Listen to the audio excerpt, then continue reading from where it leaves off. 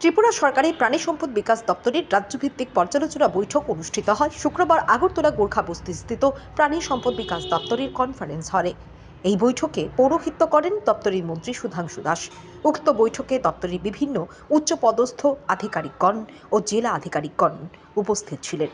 মূলত 2025-26 অর্থ বছরে দপ্তরে যে বাজেট বরাদ্দ হয়েছে তা কতটা দ্রুত বাস্তবায়ন করা যায় এবং 2024-25 অর্থ বছরে কতটা কার্যকর হয়েছে এবং যা ঘাটতি রয়েছে সেগুলো কিভাবে পূরণ করা যায় সে সমস্ত বিষয়ে বিস্তারিত আলোচনা হয় এই দিনের বৈঠকে।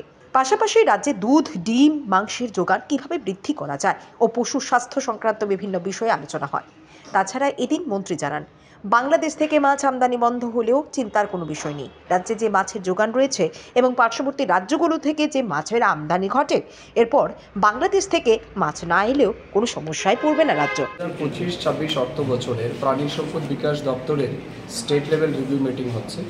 এই রিভিউ মিটিংয়ে আমাদের এই রাজ্যের সমস্ত দপ্তরের উচ্চপদস্থ আধিকারিকরা থাকবেন এবং আমাদের ডিস্ট্রিক্ট লেভেল থেকেও আমাদের অফিসাররা আসবেন এবং আমাদের এই মিটিংয়ের মূল উদ্দেশ্য হচ্ছে 25-26 অর্থ বছরে আমাদের যে বাজেট বরাদ্দ হয়েছে সেটাকে কত দ্রুত আমরা বাস্তবায়িত করতে পারি এবং মানুষের কাছে আমরা পৌঁছে দিতে পারি সেই বিষয় নিয়ে আমাদের আলোচনা হবে।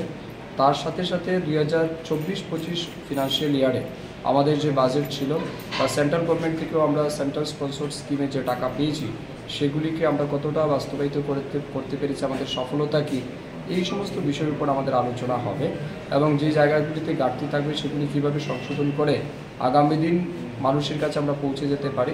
ওভারঅল আমাদের উদ্দেশ্য হচ্ছে এই রাজ্যের মাছ, মাংস, ডিম, দুধের উৎপাদনের বৃদ্ধির লক্ষ্যে যে পরিকল্পনা আমাদের রয়েছে, বিশেষ করে আরডিডি ডিপার্টমেন্টের মাংস, ডিম, দুধ এই তিনটার উৎপাদন আমরা কীভাবে বাড়াতে পারি এবং অ্যাট দ্য সেম টাইম আমাদের যে সমস্ত অ্যানিমেল রয়েছে বা লাইভস্টক রয়েছে তাদের হেলথ সিকিউরিটি বা হেলথ কেয়ারের জন্য আমাদের যে পরিকল্পনা রয়েছে সেগুলিকেও আমরা যাতে বাস্তবায়িত করতে পারি এই বিষয়ের উপর আজ আলোচনা হবে। বিগত বছরের যে মিটিংটা, সেই মিটিংগুলো যে আলোচনাগুলো হয়েছিল সেইগুলি কি এখন পর্যন্ত কার্যকর হয়েছে? কোনো নিশ্চয়ই, আমরা তো আমাদের লাস্ট যেটা মিটিং আমরা দেখছি আমাদের অনেকটাই হয়েছে এবং আমি আপনাকে অত্যন্ত আনন্দের সহিত জানাই আমরা অলরেডি ডিস্ট্রিক্ট লেভেলেও মিটিং শুরু করে দিয়েছি। গতকালকে আমাদের ঊনকোটিতে ছিল, গত পরশুদিন, এবং আরও দুই একটা জায়গাতেও আমরা গেছি।